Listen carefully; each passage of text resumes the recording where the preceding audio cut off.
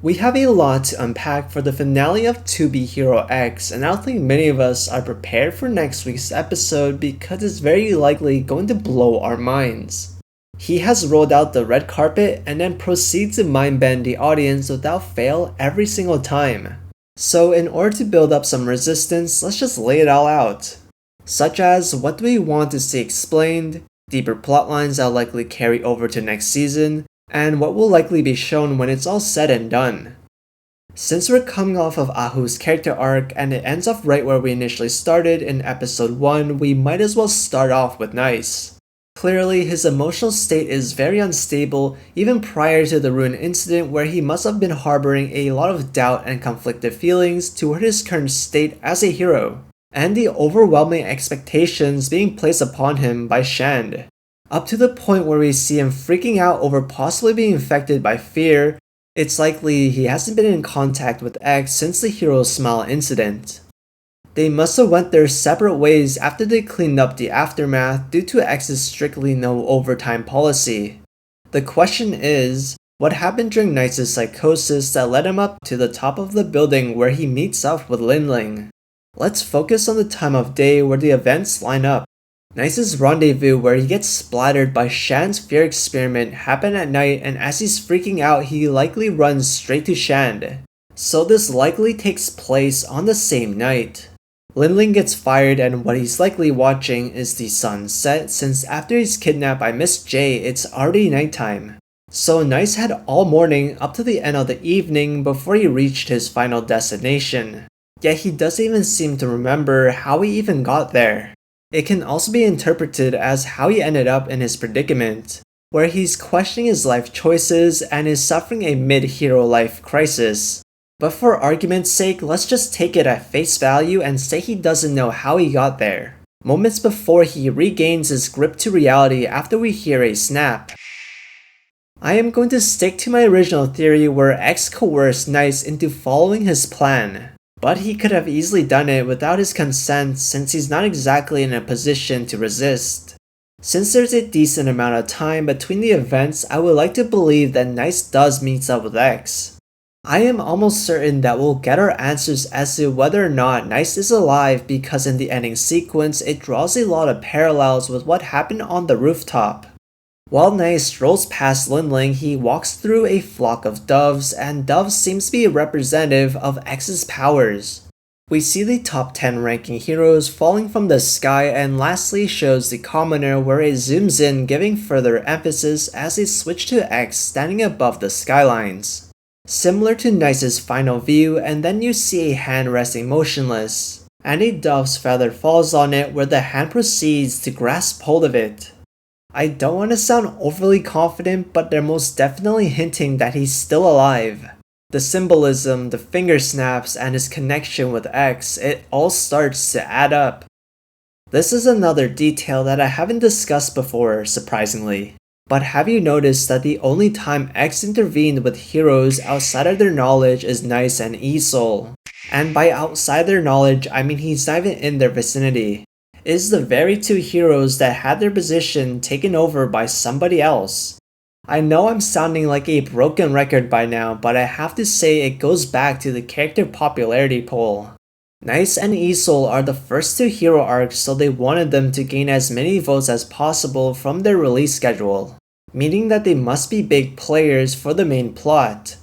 The animation swap through X's influence is also pushing that narrative. Something that we weren't sure of in the beginning until we watched every other hero arc and they were the only ones given that treatment.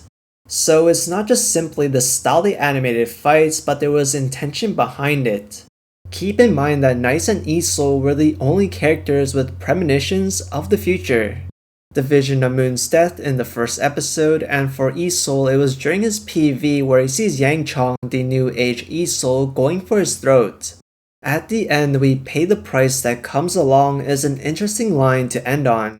This is just me throwing ideas around, but it wouldn't be too crazy to imagine that the very hero that put the end to Zero becomes a catalyst to bring him back?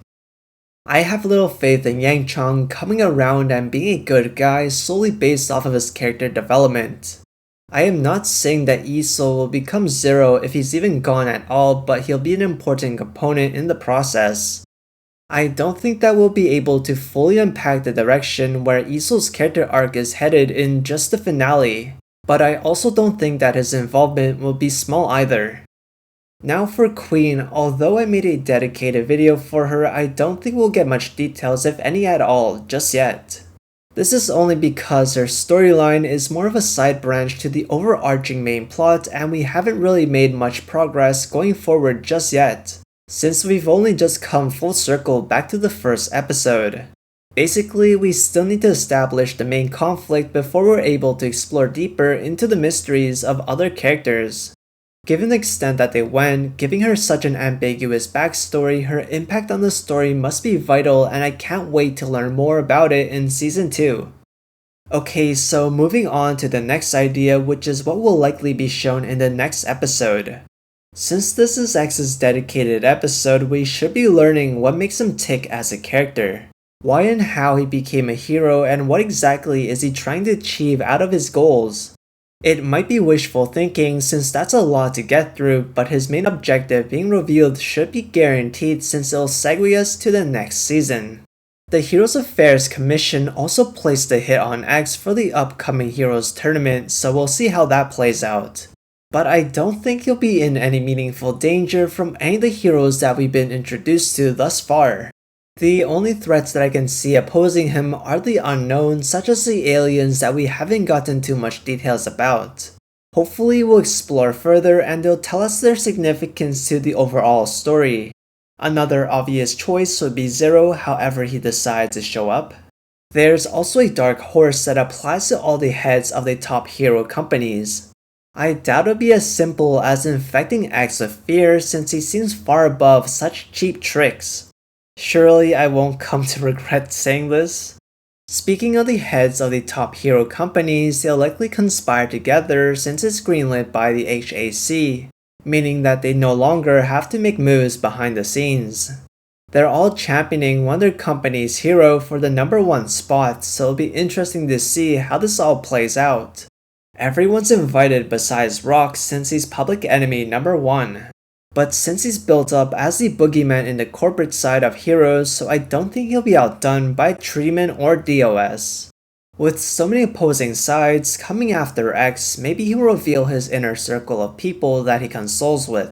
Doesn't necessarily need to be a large group since he seems to like to do things on his own anyways, so a few reliable individuals works nicely.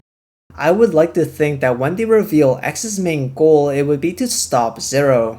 But it might not be that simple. The concept of Zero might transcend beyond the events of the Fall of Dawn incident.